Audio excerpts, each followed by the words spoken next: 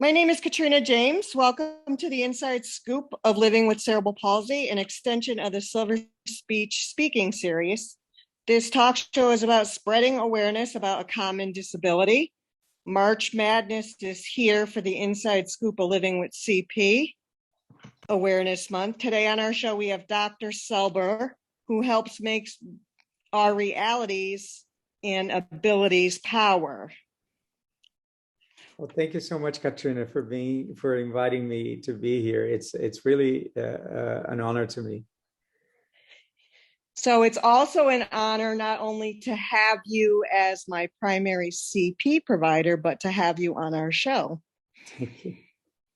So just a little fun fact, guys. Dr. Selber actually was trained by the doctor who diagnosed me when I was an infant, Dr. Gage. And they're still friends today.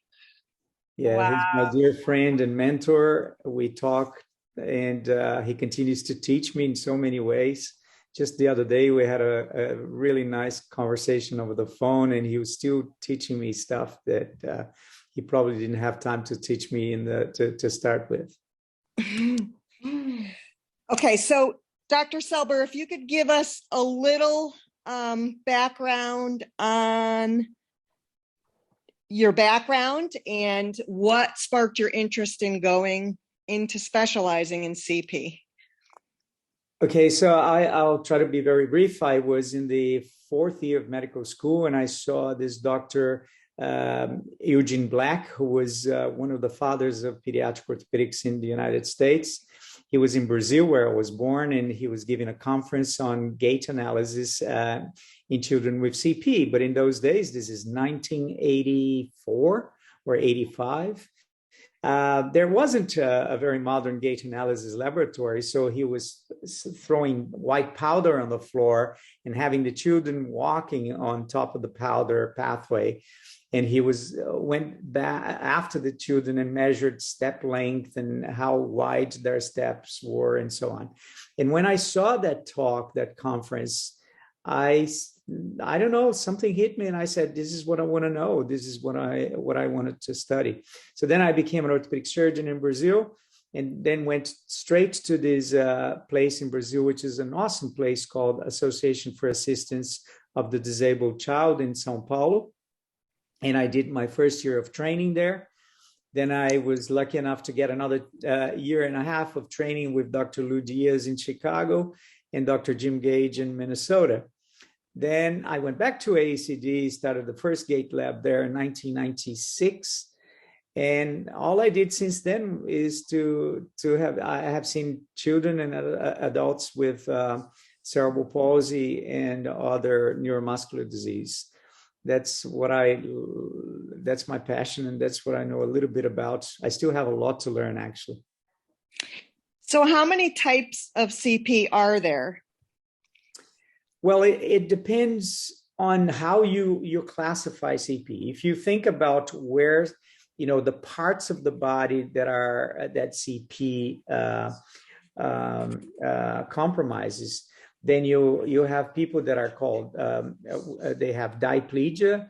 It's mostly the lower limbs that are involved, and the upper limbs are involved to a certain degree. You have hemiplegia, or where one side of the body is involved, but not so much the other side. And you have quadriplegia, where all four limbs are involved. And then you can have classify CP by the type of movement disorder that these patients have. So if a patient, they can have spasticity, which is when the muscles are really hard to stretch, and when you try to stretch them, then they stop you from stretching. Or they can have dyskinesias, or the common word these days is dystonia, when they try to do movements and the movements are not very well fine-tuned, and the movements come out in a different but inappropriate way. There's ataxia, when their balance is not very good. There's athetosis, where another part of the body the brain is involved, and patients have difficulty with speech and swallowing, and also movement. And you would have some patients that have all the movement disorders combined. And that's what we call mixed tone or mixed movement disorders. Of course, this is a very simplistic way to describe the types of CP. But So you Kayla and remember, I actually have the exact same diagnosis, but we have very different abilities, if yes, that makes sense. that is why it is so challenging to treat patients with CP, because they're all different, and they're all different. Well, but we are all different. We're all different individuals, so they couldn't be the same. So yeah, Have there are you lots of ever had two CP patients that were the same? You know what? I've been thinking about it for a long time, and I don't think so. Because even if I had, it could have been that one patient had a very well involved family and the other one didn't. Or one patient lived close to the center that we treat, and the other patient lived 500 kilometers, 1,000 kilometers, 1,000 miles away from the center. And I'm speaking mostly about Australia and in Brazil as well. Here in the United States, there are more centers that treat CP. But so these things make patients different as well. How much access you have to therapies, and how much support you have from your family, etc. So when I aged out of pediatrics, it was Newington Children's Hospital at the time, but now it's Connecticut Children's Medical Center. And I'm assuming that Kayla, being 22, is soon to be aging out. I had zero care till I was 43, till I met Dr. Roy, who you are a carbon copy of Dr. Roy, just a younger version, he's in China living it up, teaching Yes. out there now, from what I understand. Yeah, this is a situation that doesn't only happen in the United States, but it happens all over the planet. There are many reasons why it's hard to find doctors and other professionals that treat adults with disabilities. But one simple way to answer that is that a lot of the developments that came out of to treat people with cerebral palsy and children with cerebral palsy came from pediatricians, pediatric neurologists, pediatric physical therapists, pediatric orthopedic surgeons, pediatric everything. And those people do pediatrics because they prefer to treat children. They don't like to see the adults. I was a bit of a different breed, because even though I am a pediatric orthopedic surgeon by trade, that's what I trained with and at. Back at AECD in Sao Paulo, even when I was in training there and after when I worked there, AECD in those days saw a lot of adults with CP. And then when I moved to Australia in 2000, 2001, in Australia was the same situation. There was nobody seeing adults with disabilities there. So I took it to my duty to continue to see them. And I love continuing the continuation. I just, I've become, and I'm so proud to say that we become partners. I'm not their doctors. They're not my patients. We're partners. And there's always something new or something that needs a little bit of attention. And not only orthopedically speaking, there are many other issues because we're all humans. But this continuation of care, I think it's really important. And people talk about transition, and transition is the way that's happening. But it would be lovely if people just continue to see the patients throughout the lifespan. Why do you think other providers, not even orthopedic surgeons, are afraid of people with CP? Because I've actually had that issue where primary care doctors are like, no, we're not going to take you. Or even I work for an orthopedic and they won't touch me orthopedically. Yeah. Well, it's a difficult question. It's a very good question. It's a difficult question. And I couldn't say that I have the complete right answer, but I think I would prefer to believe that doctors don't want to do any harm. And cerebral palsy presents quite a few tricky situations, and you know that. You have stubborn muscles, as you know that I call them stubborn muscles and stubborn legs. And some people have stubborn arms, some people have stubborn waist. The speech is compromised and so on, which doesn't mean that they're not super intelligent. It's just that they don't use the same means of communication that other people do. And I think doctors might be afraid that they wouldn't get or wouldn't understand the total body, or the total patient, the totality of the patient. I was in a meeting the other day, and this really, really nice young doctor, and you could just see that she cared deeply about patients. But she asked in the meeting, she said, how should I approach a patient with CP?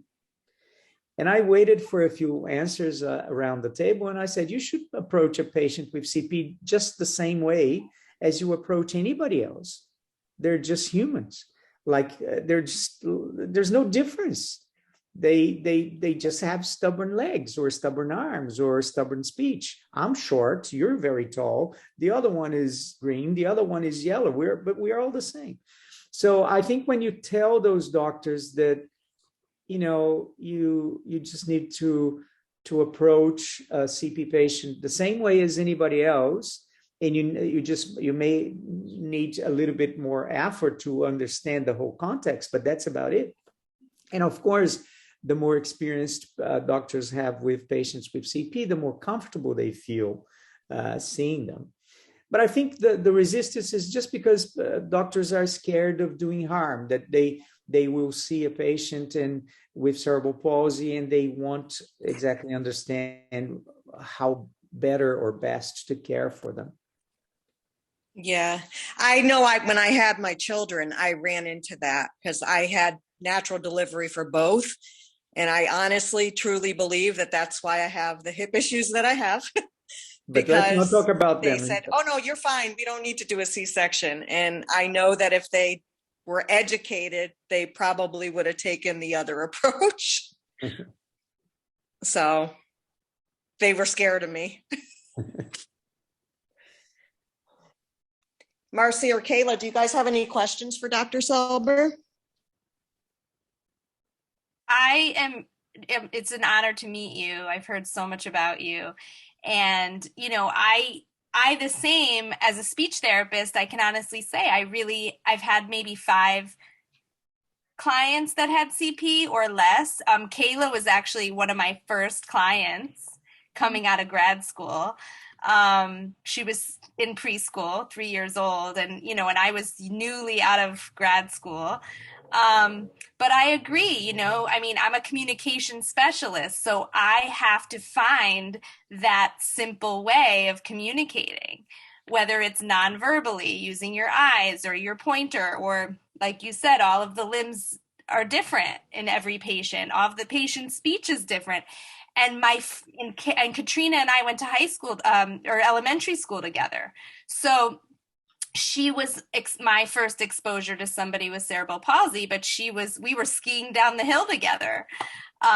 So, you're right. There's just, I have to end up educating a lot of the pediatricians on how to communicate with the cerebral palsy patient or the autistic patient, whatever it is. But I love that approach of, yeah, we are all the same. We really are. It doesn't matter what cognitive ability we have even. It's like, we're human. Treat them like a human. And that's the most important thing. Yeah, that's so simple, I think. And I think as with media and all these modern ways to communicate, I think more and more people will come on board. But sometimes I can tell you that I feel frustrated, and I think I've heard it in a way from Dr. Jim Gage as well. Of course, I don't want to put any words in his mouth, but we see that it's really hard to find an orthopedic surgeon, a young one, a resident that's interested in this career. it's really hard to find a lot of people that are interested in this career. And I'll tell you, if I had to live 3 times or 10 times again, I would do the same thing the 10 times, because there's nothing more rewarding, I think, than to participate in a patient's rehabilitation and recovery and habilitation, if you will, in the long term, in partnership. I mean, everything about medicine is fun. If you do a total hip replacement, it's fun, I'm sure. And if you do a heart transplant, can you believe how satisfying that can be for the surgeon and the patient and so on? But in disability, the difference, I think, is that because disability doesn't go away, the same way I'm not ever going to grow more than being the short me, it continues, and the relationship with your doctor, may it be an orthopedic surgeon or a physiatrist or a physical therapist or a neurologist, or any professional, an OT, a speech pathologist. It's an ongoing thing, and the relationships that we make over the years are so important and are so big. And one of my biggest dreams in life, and hopefully I'll have the time and the opportunity to do that, is to have a big party one day with all my patients in a big place. And trust me, I've seen a lot of patients with CP and neuromuscular disease in the last 27 years, because that's all I do. And then you see your patients growing. In Australia, I saw a lot of that because I was there for a long period of time. And everybody would come back to me as an adult and say, Dr. Selber, we never had that beer together yet. And I said, yes, one day we're going to have that beer together. And that's a compliment that your patients, despite you having done surgeries and input pain and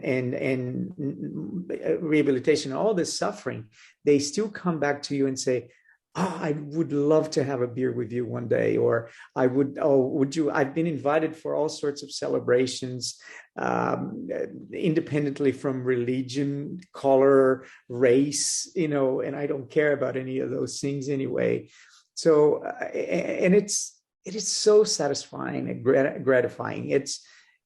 I can't just describe in words how much fun I have doing what I do. So I know the answer to this, but I want Kayla and Marcy to answer it. What is your number one treatment for your ambulatory patients versus your non-ambulatory patients, such as Kayla? Are you asking me? Sorry. Yeah. Like what is your recommendation, number one treatment that you use to treat your ambulatory patients versus your non-ambulatory patients? All right. Well, I think if we are to treat gait, so patients that walk, the first thing that people need to do is to understand gait, normal gait, and then pathological gait or atypical gait. And you would be surprised with how many people out there treat gait in patients with CP and don't have a lot of knowledge in gait. So if you're going to treat somebody that walks, you need, in my opinion, gait analysis. Of course, you don't need gait analysis for everyone, because sometimes what we can see through the physical examination and clinical observation and video observation and x-rays is enough for us to understand what can be changed and what can be improved.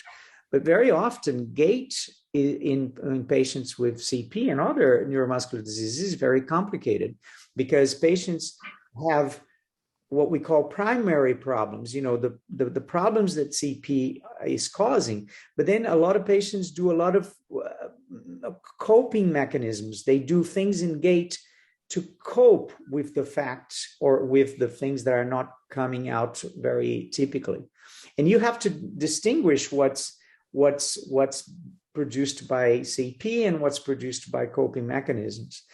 And very often when you just examine the patient and see the patient walking, your eyes can't see all of that. And gait analysis helps us immensely. And gait analysis is not something new. It's been around for more than 40 years. It's well established. There is a journal called Gait and Posture that verses for gait analysis. Now, this is the ambulatory patients. The non-ambulatory patients have the ones that are wheelchair users. They have other priorities. And the priorities can be very different. You know, they want to be able to propel the wheelchair properly. They want to be able to have the upper limbs free to do activities. They want to be able to sit comfortably for long periods of times. They want to have their hips and knees relatively flexible so that they're not stuck in the same position all the time. So the priorities differ a little bit. And of course, the priorities are the patient's priorities. What do they want? What is it that, you know, why I always ask the patients or the parents, why did you come to see me? What is bothering you? Then they'll say, oh, it's my foot, it's my leg, it's my hip that turns in, or it's my knee that I can't bend. And if they are those patients that do just a little bit of transfers, they have even different priorities because they're able to transfer for short distances, but not for long distance. So we need to optimize as much as we can the short distance transfers. So as we discussed before, every patient is different, but gait analysis, it's been. I say that gait analysis has been my best professional friend over since I started learning it with Dr. Jim Gage. And I think I'm going on my 10th gait analysis in April, and you've had the pleasure to see all of mine. And fun fact, I was the second person to do gait analysis when Newington Children's rolled it out. Yeah, and I was the second guinea pig. And I did talk to Dr. Gage. I didn't mention her name, of course, but I did talk about a patient that I was seeing. You can tell him, but he probably knows me under my maiden name, yeah. Not my married name. So, okay. Okay, do you have a question? I do take some steps and have had gait analysis before. Very good. Gait analysis. Gait analysis can help. I think it's important to clarify that gait analysis is not treatment. Okay, if you have a heart problem, then sometimes they have to do an ECG or they have to put a catheter in your heart to see what's wrong with your heart, or do CT scans and other things. If you have a problem walking, then gait analysis is the scan that we use to try and understand the way people walk. And it's not only in CP, it's used in every single modality of motion. People are studying these days sports, swimming, micro motion of your eyes, you name it. You know, they're studying people who have had total hip replacements or knee replacements, and they're studying Parkinson, they're studying Alzheimer. You go to this journal called Gait and Posture, and you see there are papers using motion analysis in all sorts of ways. That's so cool. That's informative. I didn't know that, so thank you. You're welcome. Hey, you have any other questions? No. No? Marcy? No, I think, this has been really helpful for me. And I know that, for me with speech, it's very different too. I do the speech component, I do the feeding component. And, from a nonverbal perspective, my first priority is to get them to communicate however they can. So if it's eye gaze, or it's, their finger, or it's their hand, or whatever, that's my first. And then finding a line of communication. Is it sign language? Is it a communication board? And when I had Kayla at 3, I was newly out of school. Augmentative communication was just starting to take off. We ordered a device. I did a full augmentative eval. We ordered this device. It would break down every 2 seconds. We would be frustrated. We want to throw it against the wall because it would freeze, and she had so much to say. And we reconnected on Facebook and talk about, partying with your patients at some point, right? It's Kayla and I, it's the same. Now we're friends, now we've developed this relationship where we can start this, this cool podcast or this show to help people. So, I love that because I'm the same way. I keep in touch with my patients and my the parents. And yeah, exactly. When there's a team meeting, what do you want your child to do? What it matters to you? And then of course, asking the patient if they're old enough or they have, but that's always that way. What do you want your child to do? And I'm going to try my hardest to get your child to do that.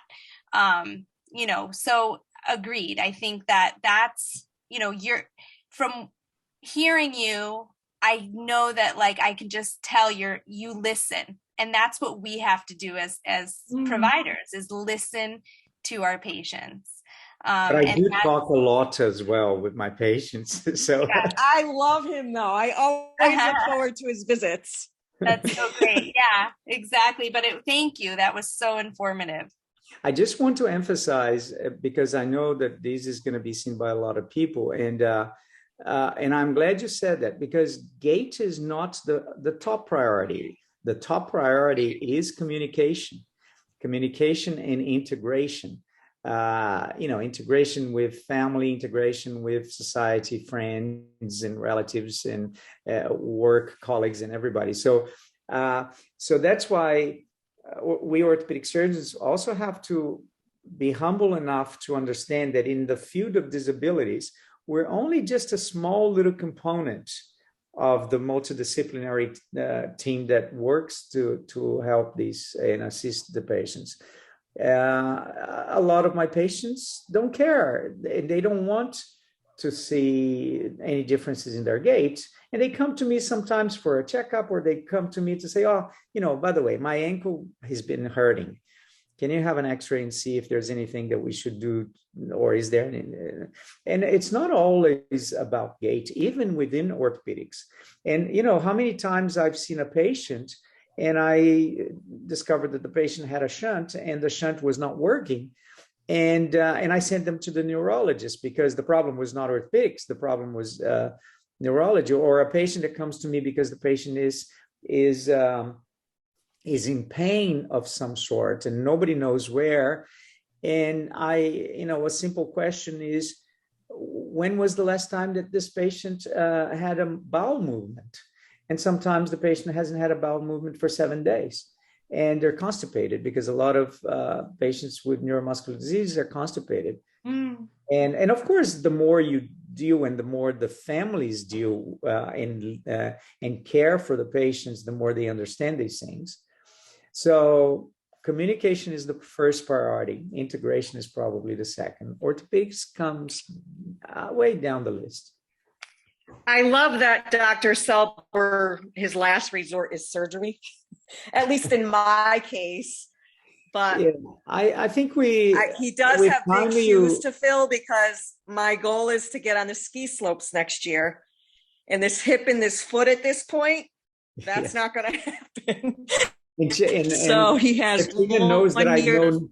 And Katrina knows that I know nothing about skiing, because I came from a tropical country, so I have no familiarity with snow. I used to ski very competitively in my teens and 20s, and then I had a series of surgeries that I had to stop for a while, and I never got back into it. But I skied with Marcy many times, which she never knew I could. So it was an experience for her. But I do know you work at the #1 orthopedic hospital in And so they are very sports oriented, and I know a ton of people that came out, had major injuries and come out even better than they were, and Yeah. it's a beautiful thing, Katrina. Like, I really, and I think as providers, I mean, that's amazing that you want that goal, and we will, try to get you there, whoever's working with you. That's what I love about my job, is like, a doctor or some provider says they'll never be able to do that. I'm like, well, let's just see. Let's see if they'll be able to do that. They told my mom I would never walk or talk. Yeah. So How wrong were they? Right, exactly. So I love proving, like, I give me the challenge, as a provider. And, I find all my clients, the ones that have so-called disability, they actually end up coming out ahead, and a power. They have a power that able-bodied or things that come easy to people don't have, So this podcast or this show has really, I don't know, it's opened my eyes to so much over pandemic, getting, reaching out to people, and people from my high school, elementary school are like, hey, I had a hearing loss. Let's do I would love to be on your show. And it turns out one of my friends is in broadcasting. He has to edit major broadcasting newscasters. He has to use his hearing to do that. So it's like he had a hearing loss, yet this guy now has a great job where he has to use his hearing. So I just love, and then Katrina skiing, Kayla's running this show for us. Like, it was nonverbal, and now she's communicating this show for everyone, which is her superpower. So I just love what this awareness is doing for us, for all of us, for sure. In high school, I finally diced the device. Okay. Finally, that's amazing. I can tell you a little secret into Katrina. I'll never be able to ski, Katrina. I am absolutely hopeless. Okay, so don't even try to invite me. Well, to I think if you get mountains. me to that point, you need to get on the slopes with Marcy and I and learn. Okay, I'll try. Then I'll try my best. But Then you can get on the bunny hill and you can say you did something. We need to have an orthopedic surgeon ready to treat my legs, my broken legs. Okay. No, and it's true. Like, we have so many more fears than, the people that we treat. It's so amazing to me, I'm a communication specialist, but I'm definitely not a public speaker. I work with public speakers all the time, but I don't like to public speak. So it's always that way. You teach what you most need to learn, right? Yeah. So. Well. So how many colleagues do you have to teach about CPHSS? I don't have to teach much at all. Dr. David Scher, Dr. Emily Dodwell, they do quite a bit of CP there, and they have been doing that for quite a while. And I think I came to, of course, we always learn from each other and our individual experiences. But HSS has a big tradition of CP. We all remember our beloved Dr. Leon Root, who was there for many years and who helped and cared and loved a lot of patients.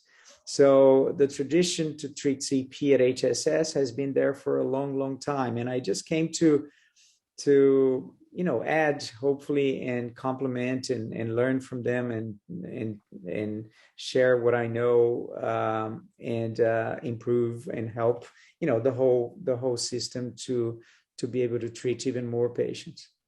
Do you know what your colleagues are saying about you at HSS? Oh, I'm scared. You're the next Dr. Root. Oh, no, there's absolutely no way. No, that wouldn't be fair to Dr. Root. He He was one of the kindest people I've ever met in my whole life. He was gentle, he was polite, he was tall. I'm just a short hillbilly from Brazil and Australia, and I'm not, I am polite, I think, but I would never. No, let's leave Dr. Root quiet. I'm just Paulo Selber, nothing. All right. Well, that's all I had. You guys have any other questions? I have to use all my limbs to communicate with my horse. Wow. Kayla, horseback rides. Uh-huh. And how well do you think the horse responds to the communication?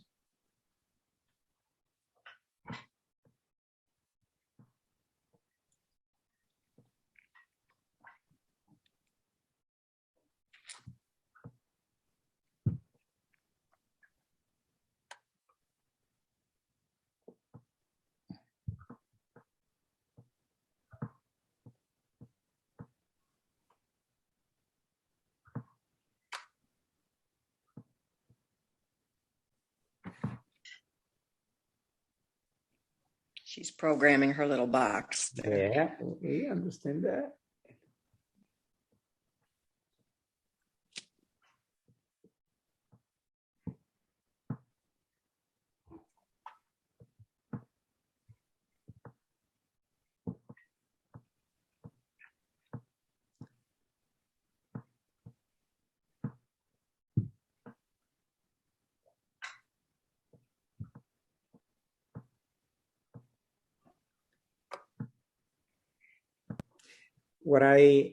Let me just make it clear. I used the term hillbilly, and hillbilly in Portuguese means somebody that comes from the country that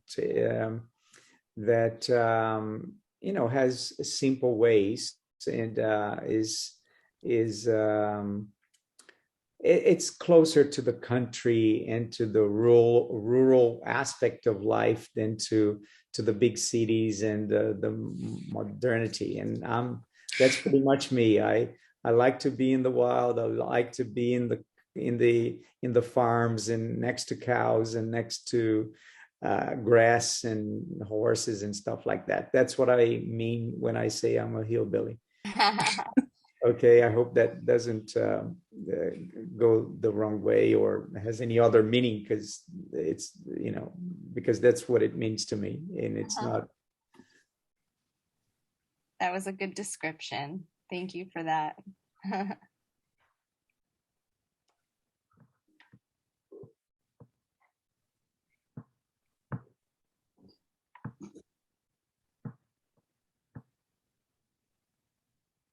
We have to learn each other because I have to know the difference between my body not working accurately and what the horse is telling me.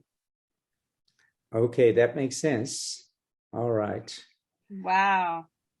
We had a whole episode on horses and horseback riding, so lots to learn here for sure. I will look for that episode, and I'm gonna watch it for sure. Yeah. Okay. So thank you so much, and definitely spread the word to your patients, and we'll send you, our link so you can pass it on. All right. Well, thank you for the opportunity, really, and thank you for the informality. I like it informal. I hope what I said was useful in some ways. And I hope patients realize that we doctors are only doctors. We are also humans. We're not super beings. And one of the first things that I tell my patients is that I will probably need to live another 3 lives to learn everything that I still want to learn about CP, because it's nearly endless. And when we don't know the answer, we don't know the answer. And we need to be honest with the patient and say, okay, I don't know exactly what to do here. And then we discuss it with other colleagues that have more experience and have other ideas. And that's always very important. You focus on the ability, not the disability, right, Dr. Selber? Yeah, I don't even know that word, disability. Yeah, exactly. Yep. Exactly. Well, That word is foreign to Kayla and I. Yeah. it really is. So thank you so much, really, all of you, the three of you, for including me. It was. I'm really, really humbled and really, really honored with this opportunity. And I hope my words were clear and my accent wasn't too heavy, and I didn't say anything inappropriate because of the translations. Very informative. All right. I learn something from you every time I talk to you, Dr. Selber, and I have CP. Katrina, you are very, very super kind, and I really appreciate that. Thank you. I appreciate you. All right. We appreciate you being on our show, and hopefully next year, when it's CP Awareness Month, we'll have you back for another topic. Okay. Exactly. Right? Thank you See so you much. soon. Thank you you. so much. Bye-bye.